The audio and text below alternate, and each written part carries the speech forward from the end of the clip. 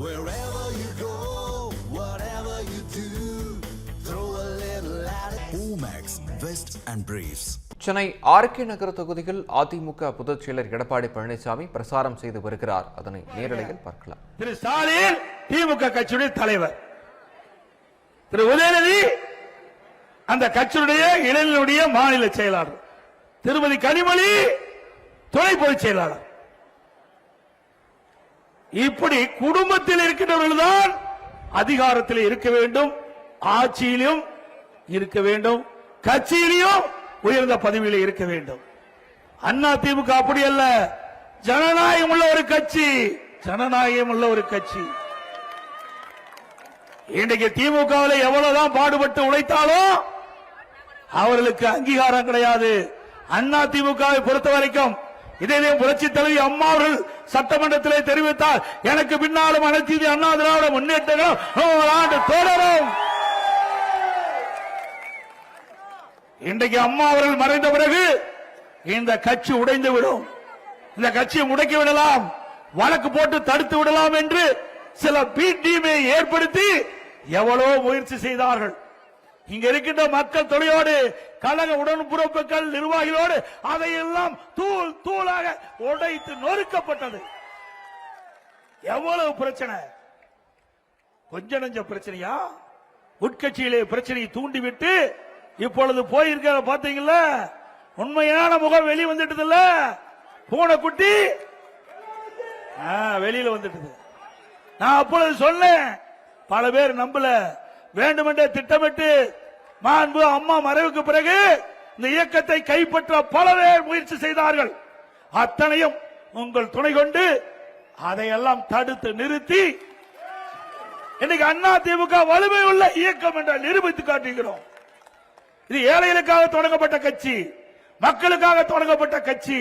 பொன்மனச்செம்மல் புரட்சி தலைவர் எம்ஜிஆர் அவர்கள் இன்றைக்கு தமிழகத்தில் வாழ்கின்ற மக்களுக்கு தேவையான திட்டங்கள் கொடுக்க வேண்டும் என்பதற்காக, ஏழைகளின் வாழ்வு மலர வேண்டும், ஏழைகளுக்கு தேவையான திட்டங்கள் கிடைக்க வேண்டும் என்பதற்காக தொடங்கப்பட்ட கட்சி.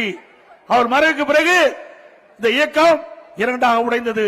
அதை மாண்புமிகு புரட்சி தலைவி அம்மா அவர்கள் ஒன்றாக இணைத்து பொன்மனச்செம்மல் புரட்சி தலைவர் கண்ட கனவை நனவாக்கின்ற விதமாக சிறப்பான ஆட்சி கொடுத்த தலைவி புரட்சி தலைவி அம்மா.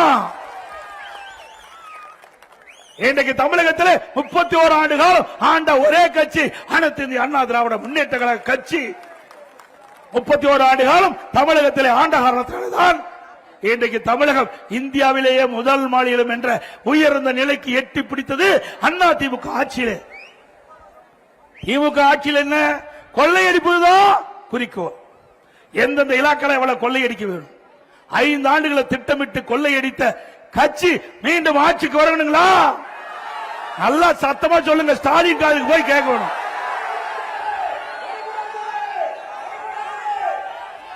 அண்ணா திமுக ஆட்சியில போக்குவரத்து நெரிசல் குறைப்பதற்காக மிகப்பெரிய திட்டம், மத்திய அரசோடு இணக்கமாக இருந்து சுமார் 63,000 கோடி ஒரே திட்டத்திற்கு அனுமதி பெற்று மத்தியில் இருக்கின்ற உள்துறை அமைச்சர் சென்னைக்கு வரவழைத்து அடிக்கல் நாட்டப்பட்ட அரசாங்கம் அண்ணா திமுக அரசாங்கம். மெட்ரோ ரயில் திட்டம் 63,000 கோடி ஒரே கட்டத்தில் வாங்கின 118 கிலோமீட்டர் ரயில் பாதை அமைப்பதற்கு. இது அண்ணா திமுக சாதனை. இப்படி ஒரு சாதனையாவது 5 ஆண்டுல திராவிட முன்னேற்ற கழக ஆட்சியில் தமிழ்நாட்டு மக்களுக்கு கிடைச்சிருக்குதா? பெருசா பேசுறா ஸ்டாலின். இன்றைக்கு நடக்கின்ற தேர்தல் தமிழ்நாட்டுக்கு நடக்கிற தேர்தல் சொல்லுங்க, தமிழ்நாட்டுக்கு நடக்கிற தேர்தல் இது சட்டமன்ற தேர்தல் தானே. இன்றைக்கு இருக்கிற முதலமைச்சருக்கு அது கூட தெரியல. இங்க சாதாரண மக்களுக்கு கிடைக்கின்ற அந்த உண்மை செய்தி கூட நாட்டை ஆளுகின்ற முதலமைச்சருக்கு கிடைக்காது, வேதனை அளிக்குது.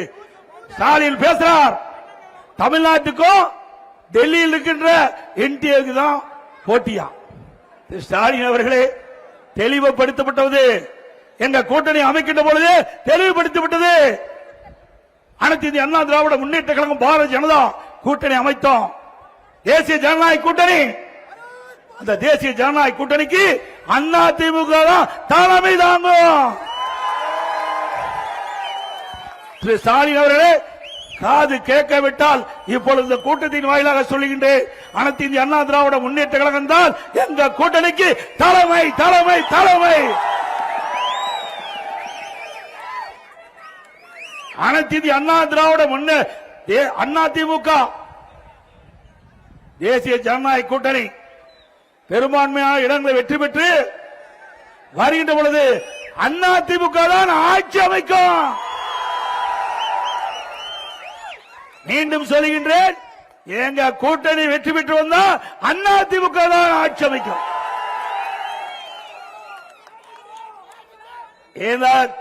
அனைத்து இந்திய அண்ணா திராவிட முன்னேற்ற கழகம் பாரதிய ஜனதா தேசிய ஜனநாயக கூட்டணிக்கு தலைமை தாங்குகின்ற அண்ணா திமுக அதனுடைய முதலமைச்சர் வேட்பாளர் இபிஎஸ்.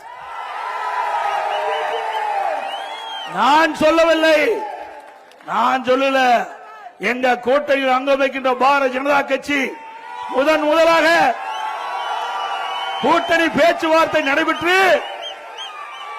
ஓட்டலிலே உள்துறை அமைச்சர் அவர்கள் பேட்டி கொடுத்தார்கள். பத்திரிகைக்கும் ஊடகத்துக்கும் பேட்டி கொடுத்தாங்க. அப்ப இந்த கருத்தை குறிப்பிட்டாங்க. தம்பி இந்த கொடி கீழே ஒரே நிமிஷம், கொடி கொஞ்சம் கீழே முடியும். அந்த முதலாக பேட்டி குடிக்கின்ற பொழுது எங்க கூட்டணியுடைய நிலைப்பாட்டை தெளிவுபடுத்தியிருக்கிறோம். ஸ்டாலினால அண்ணா திமுக மீது எந்த குறையும் சொல்ல முடியல. அண்ணா திமுக மடியிலே பலம் இல்ல, மடியிலே கனம் இல்ல, வழியிலே பயம் இல்ல. அதனால எங்களை குறை சொல்ல முடியல. அதனால எடப்பாடி பழனிசாமி பாரதிய ஜனதாவுக்கு அடிமை. எடப்பாடி பழனிசாமி டெல்லிக்கு போறாரு. டெல்லிக்கு போனா உனக்கு என்னையா பயம்? டெல்லிக்கு போனாவே ஸ்டாலினுக்கு அதருது, தோல்வி பயம் வந்துட்டது. நான் முதலாக கூட்டணி அமைச்ச பிறகு நம்முடைய தேர்தல் பயணத்தை, தேர்தல் பிரச்சார பயணத்தை மயிலாப்பூர்ல தொடங்கணும். தற்போது அந்த கூட்டத்தில் பேசணும்னா அடுத்த நாள் 3 அமைச்சர் பதில் கொடுக்கிறாங்க. 3 அமைச்சர் பதில் கொடுக்கிறாங்க. அப்படின்னா திரு ஸ்டாலின் அவர்களுக்கு தேர்தல் பயம் வந்து விட்டது. திரு ஸ்டாலின் அவர்களே, மக்கள் செல்வாக்கு இழந்து விட்டீர்கள், மக்கள் செல்வாக்கு இழந்து விட்டீர்கள். உங்களுக்கு தேர்தல் ஜுரம் வந்து விட்டது. அதனாலதான் என்ன பேசுவது என்றே தெரியாமல் பேசிக் கொண்டு இருக்கின்ற கட்சி திமுக கட்சி. நிறைய இருக்குது, சிந்திச்சு பாருங்க. ஒரு நான்லாம் இங்கிருந்து இங்க வந்தவன், உங்களை போல ஒரு நடுத்தர குடும்பத்தில் பிறந்து வளர்ந்து பல்வேறு பிரச்சனைக்கு இடையிலையும் கஷ்டப்பட்டு உழைச்சு இங்க இருக்கின்ற பொதுமக்கள், தமிழ்நாட்டுக்கின்ற பொதுமக்கள், எங்களுடைய கழகத்தினுடைய நிர்வாகிகள், தொண்டர்கள், எங்களுடைய தலைவர்கள் அவருடைய ஆசையோடு உங்கள் முன் பேசுகின்ற வாய்ப்பை இறைவன் கொடுத்திருக்கிறான்.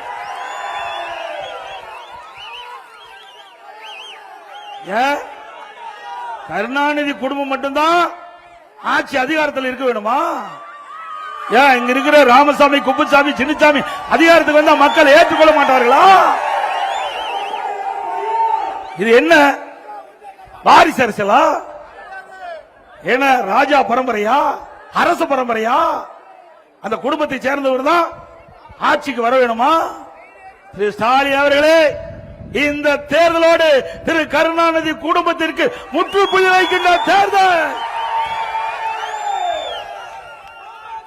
இனி தமிழகத்தை ஆளக்கூடியவர்கள் சாதாரண குடிமகன் தான் தமிழகத்தை ஆள முடியும். அதற்கு நீங்கள் துணை நிற்பீங்களா? அவள் கனவு கண்டு கொண்டிருக்கிறார்கள். திராவிட முன்னேற்ற கழகம் திரு கருணாநிதி குடும்பத்தில் பிறந்தவர்கள் தான் ஆட்சி அதிகாரத்துக்கு வர வேண்டும் என்று எண்ணிக்கொண்டிருக்கின்ற கனவை தகர்த்தெறிவீர்களா? இன்றைக்கு தமிழகத்திலே 4 அதிகார மையங்கள் ஆண்டு கொண்டிருக்கின்றன. தமிழகத்தை ஆட்டிப்படுத்திக் கொண்டிருக்கின்றது. ஒன்று ஸ்டாலின் அவர்கள், 2 உதயநிதி அவர்கள், 3வது திரு சபரீசன், 4வது திரு ஸ்டாலினுடைய மனைவி அவர்கள் 4 அதிகார மையங்கள் இந்த நாட்டிற்கு தேவையா? நடைபெறுகின்ற சட்டமன்ற பொதுத் தேர்தலிலே மக்களோட ஆட்சி அகற்ற வேண்டும் என்ற அடிப்படையிலே அதிமுக தலைமையிலே மிகப்பெரிய கூட்டணி அமைச்சிருக்கின்றோம். நம்முடைய கூட்டணி கட்சி சேர்ந்த தலைவர்கள் எல்லாம் மக்களுக்கு உழைக்கின்றவர்கள், மக்களுடைய பிரச்சனையை தைரியமாக எடுத்து சொல்லுகின்றவர்கள், மக்களுடைய பிரச்சனைக்காக குரல் கொடுக்கின்றவர்கள், அதை தீர்க்க கூட பாடுபடுகின்றவர்கள். அப்படிப்பட்ட கட்சி தலைவரோடு தான் நாம் கூட்டணி அமைத்திருக்கின்றோம். ஆனால் திராவிட முன்னேற்ற கழகம் தலைமையிலே அமைக்கப்பட்ட கூட்டணி வெற்றி கூட்டணி. உண்மைதானே? ஸ்டாலின் எப்பொழுது பேசினாலும் குறிப்பிடுகிறார், எங்கள் கூட்டணி வலிமையான கூட்டணி, எங்கள் கூட்டணி 10 ஆண்டு காலம் தொடர்ந்து நீடித்துக் கொண்டிருக்கிறது என்று. ஆமா, எல்லாம் ஜால்ரா போட்டுட்டு இருக்காங்க. என்ன பண்றது? இன்னைக்கு ஒரு நாளாவது சட்டமன்றத்தில் மக்களுடைய பிரச்சனைய திமுக தலைமையில் இருக்கின்ற கூட்டணி கட்சிகள் பிரச்சனையை இந்த அரசாங்கத்துடைய கவனத்துக்கு கொண்டு வந்தாங்களா? இல்ல. அவர்கள் எல்லாம் திமுக அடிமையாகத்தான் 10 ஆண்டு காலம் இருந்தாங்க. அண்ணா திமுக அப்படி அல்ல. எங்கள் கூட்டணியிலே சேருகின்றவர்கள் சுதந்திரமாக செயல்படலாம். அந்தந்த கட்சியுடைய கொள்கைகள் அவரவர்கள் விருப்பப்படி நடந்து கொள்ளலாம். கொள்கையின் அடிப்படையிலே மக்களுடைய பிரச்சனையை எடுத்து வைக்கலாம். இது அண்ணா திமுக கூட்டணியிலே இன்றைக்கு சுதந்திரமாக இருக்குது. திமுக கூட்டணி அப்படி இல்ல. 10 ஆண்டு காலம் தொடர்ந்து திராவிட முன்னேற்ற கழகத்தில் அங்கம் வைத்த அந்த கட்சிகளுக்கு அற்புதமான பரிசு கொடுத்துட்டார். 2021 சட்டமன்ற பொதுத் தேர்தலில் 6 இடம் கொடுத்த கட்சிக்கு 5 இடம் கிடைச்சிருக்குது. திமுகவில் இருந்தா இப்படித்தான் நிலைமை. இருக்கின்ற வரை அவருடைய சத்துக்களை உறிஞ்சிடுவாங்க திமுக. அட்டை போல உறிஞ்சுகின்ற கட்சி திமுக கட்சி. கூட்டணி கட்சி தலைவர்கள் சிந்திக்க வேண்டும்.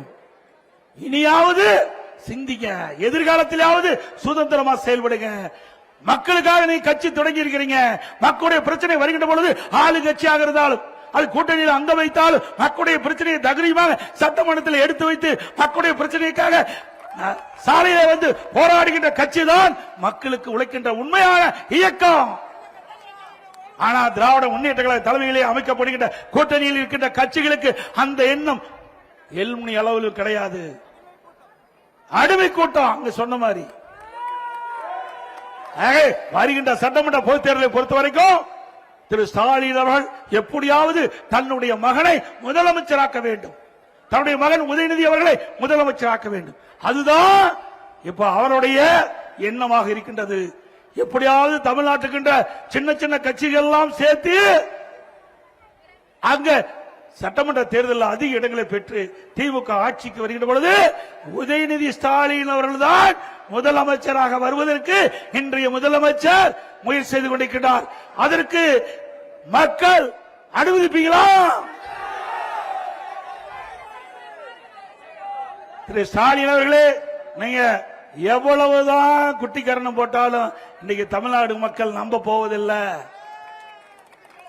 இன்றைக்கு திராவிட முன்னேற்ற கழகம் 2021 சட்டமன்ற பொதுத் தேர்தல் சுமார் 525 அறிவிப்புகள் வெளியிட்டீங்க.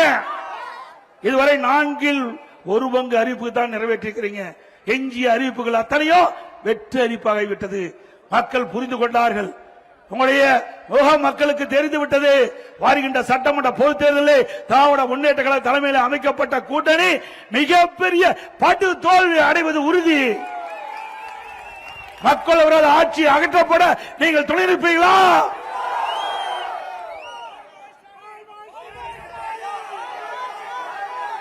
அதே போல திராவிட முன்னேற்ற கழகம் ஆட்சிக்கு வந்த பிறகு வீட்டு வரி 100% ஏற்றப்பட்டு விட்டது.